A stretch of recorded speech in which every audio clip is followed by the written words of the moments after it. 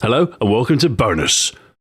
This is episode 3, and despite the fact that everyone and their dog is posting Call of Duty Ghost videos, I've got some Blur for you. Now, make no mistake, I've been playing plenty of Ghosts. I mean, I have to, it's kind of my job. But I neglected to record any of my sessions, so I'm having to fall back to this, which I had on my hard drive already. So yeah, let's talk about Ghost videos. Let's talk about the Ghost Weapon Guide series, which I am, of course, you know this. You know I'm working on a Ghost Weapon Guide series. Frustratingly though, it seems like most of the people commenting on my main channel have no clue what I'm doing. And worst of all, they're getting impatient. I swear to goodness, on day 1 of Ghost's release, there were people saying, "Where are the Ghost Weapon Guides?" It's day 1! It's been launch week! I don't know the game, you don't know the game, we've got to learn it, we're learning it together.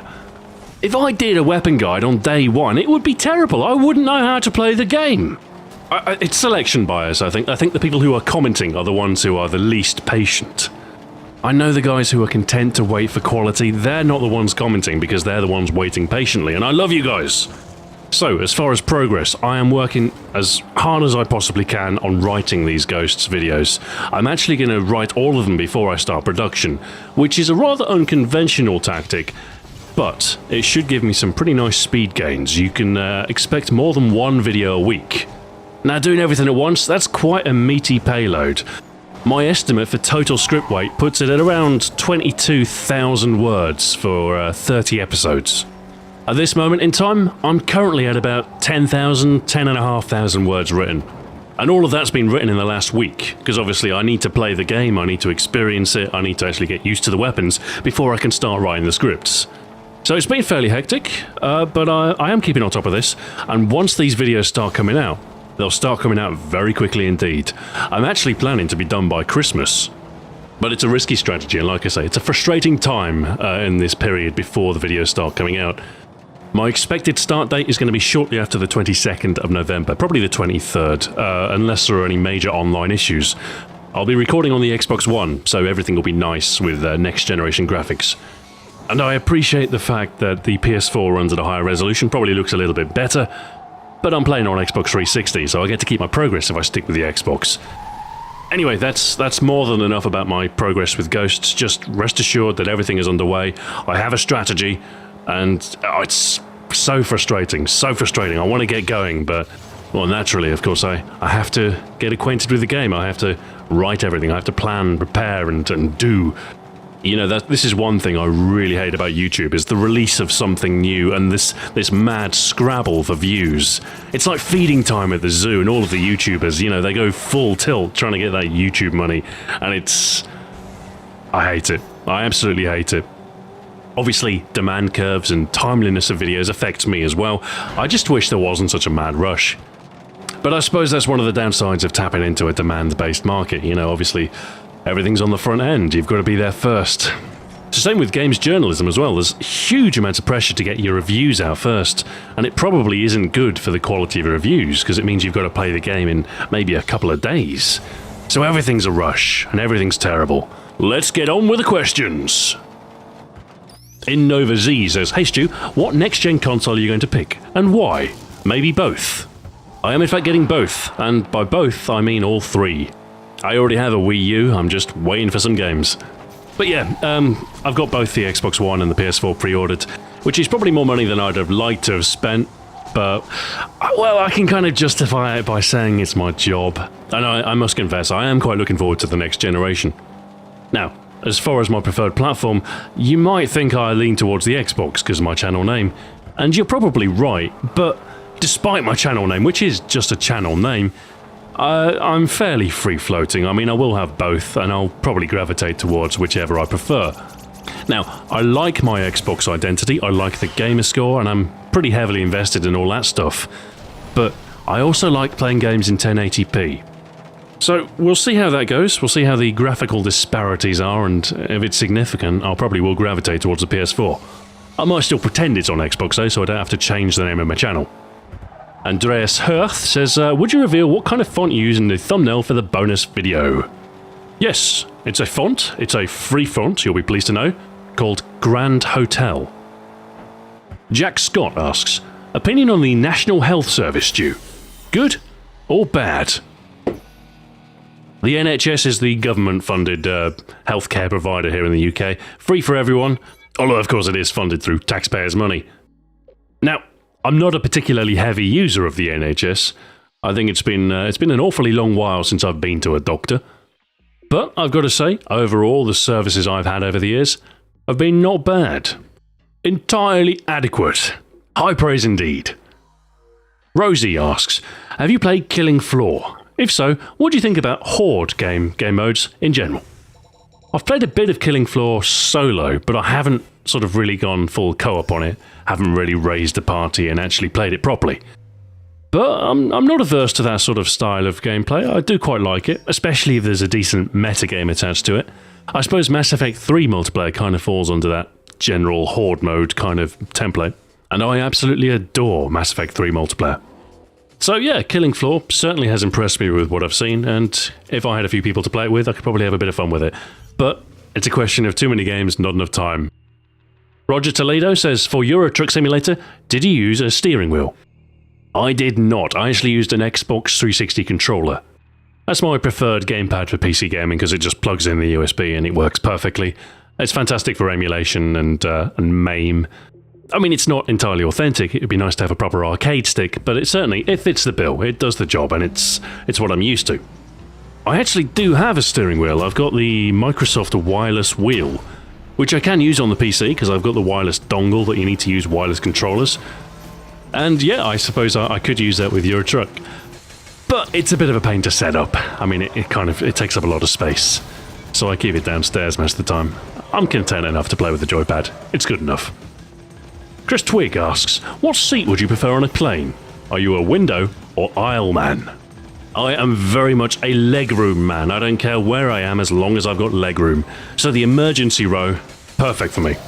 Although if it came down to a choice between an aisle or a window, I'd probably take the window. I do like to look outside, although admittedly there's not much to see. The Raven says, Stu, have you ever played RuneScape? I have not. I can confidently say I have never touched RuneScape. I have, however, played Neopets, and I don't know if that's similar to RuneScape, but I think they're kind of the same thing. I log in every once in a while to Neopets just to check my bank balance, because I've got several million Neo points. And in case you're wondering, I've got a Bloomaroo, a yellow Bloomaroo. As you will find, the Bloomaroo is the most superior of all the Neopets. Captain Pecundo says, hey Stu, I remember you said you record Ghosts gameplay on the Xbox One and then make videos using footage from that console. If so, will you upload the videos in 720p or 1080p? I'm asking this because Call of Duty Ghosts on Xbox One is actually rendering at 720p and is merely upscaled to 1080p. Well, I'm still using the Blackmagic capture card, which is, well, I can only do 720p at 60 frames a second, so my capture solution's limited to 720p, for now at least, until I upgrade. So I'll record the gameplay at 720p, and as far as the upload's concerned, I don't know. I could do 1080p, but it depends on how good my internet is. I might need to fiddle with my render settings to get the perfect balance between bitrate and quality. My upload speed isn't the best at the minute. I've got 2 megabits, which is underwhelming, and when you start talking about 1080p videos and they're a couple of gigabytes in size, it takes too long. We are due an upgrade to fibre at some point in the next couple of months, so maybe by then I think it's an estimated 20 megabits, so that's 10 times as fast. So if I can upgrade to fibre, then I'll probably switch to 1080p, and maybe I'll start uploading longer videos, maybe like the uncut Euro Truck Sim 2 vid, which was a nightmare to upload. 2 hours of 1080p, it took me a day to upload it, you know. Reminds me of downloading a single MP3 from Napster on 56k. I thought this was supposed to be the future. That guy with a pie says, what do you think of people who recognise you and jump in front of you? I imagine this would get irritating.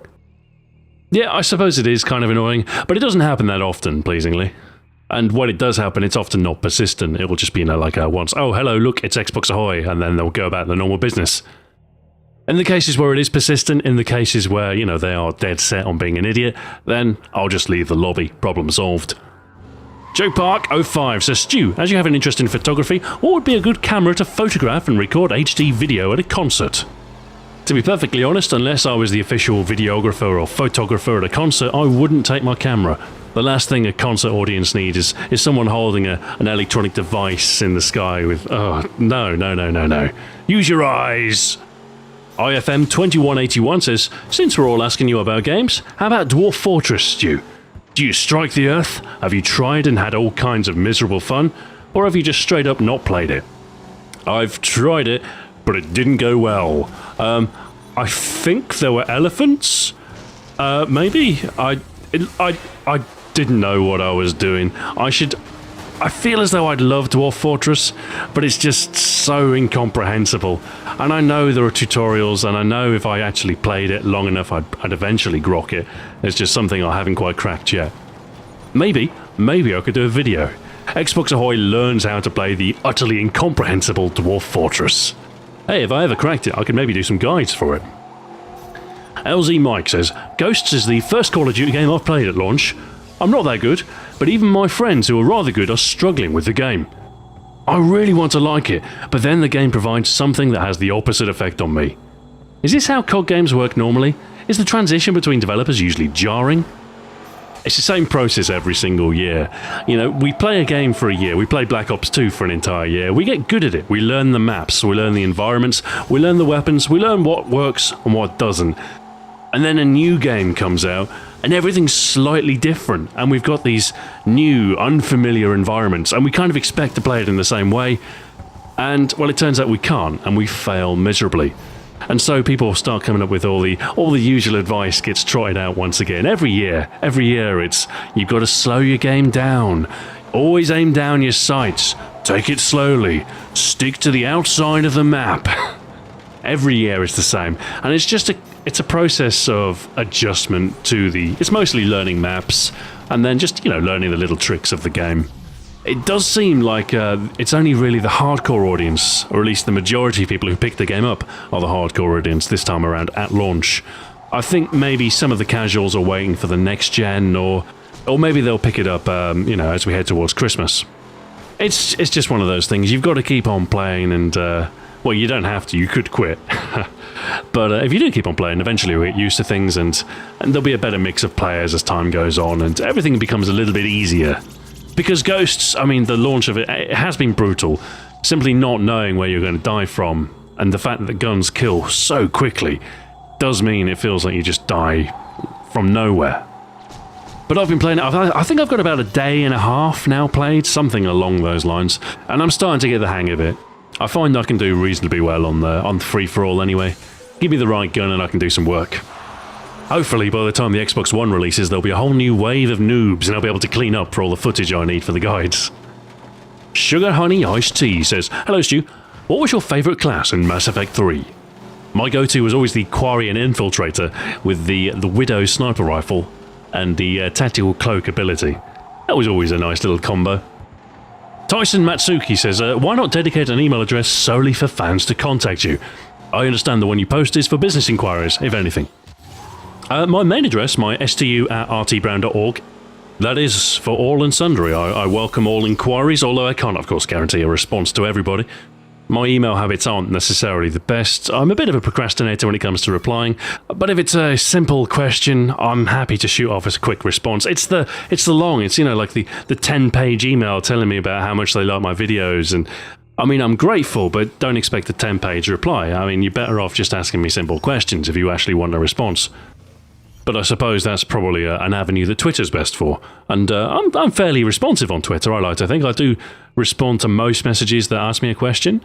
I might miss the occasional message. I might, fail to reply when somebody might expect one. But I do try. Twitter's a good outlet. Reddit is another place I'm quite active. But as far as email, it's a pretty good place to contact me. If you send me an email, you can pretty much guarantee that I will read it. Can't guarantee a response, but if it is just a simple little question, or if you want a quick answer to something, then there's a pretty good chance. So yeah, my email address for everyone. If you want to email me, use that one. It's kind of my go-to address. Lol, what's a username says, Stu, what is your guilty pleasure? I don't have one, as I am actually incapable of feeling the emotion of guilt. JTech50 says, Stu, why don't you pick interesting questions? You mean, like this one? Moving on. Super JMR11 says, Stu, do you like trains? Yes, I do.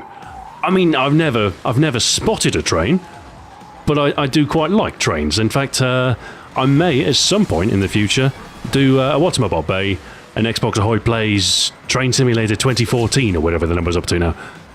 I'll show you the ropes on an Intercity 125, because it's not as easy as you think. You've got to keep your ammeter right in the butter zone.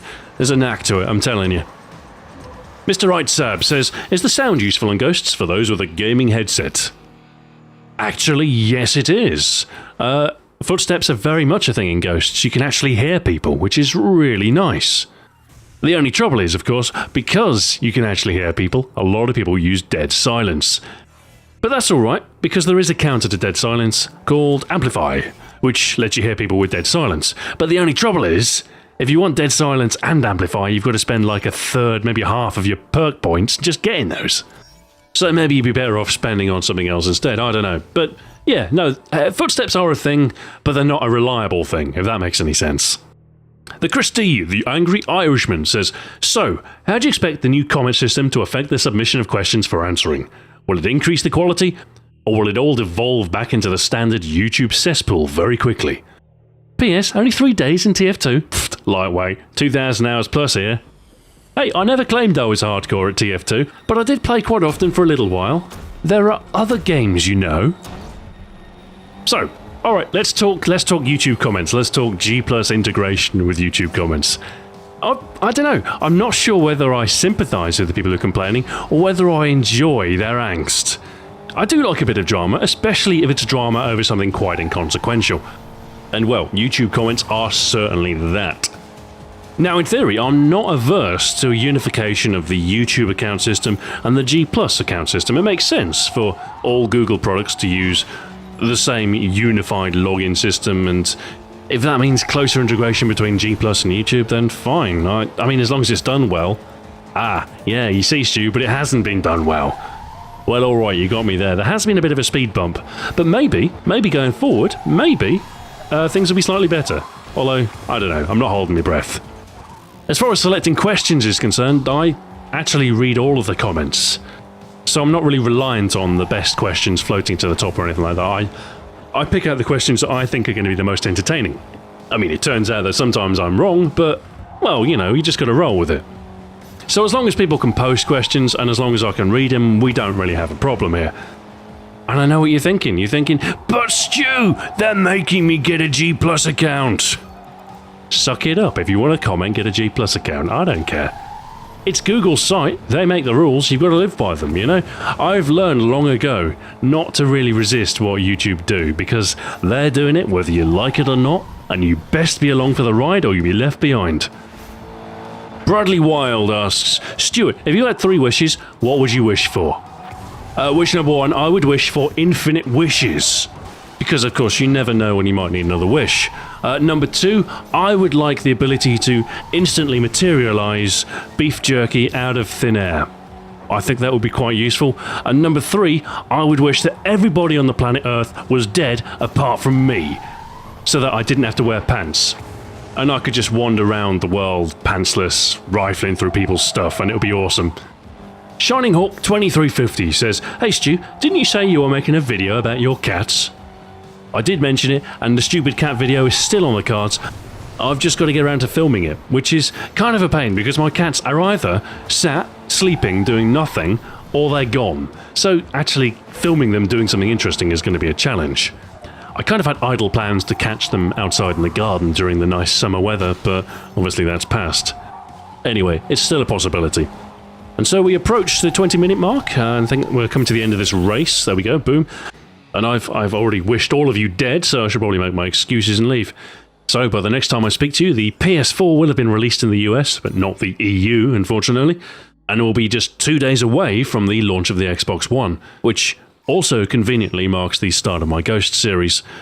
So that gives me a little bit more than a week to get another 12,000 words under my belt and finish off all of these Ghost scripts. Then the next gen hits, and I'm ready to hit the ground running, and I can finally quench all of the comments begging me to start the Ghost series ASAP. On that note, leave your questions for next week down below, and until then, farewell.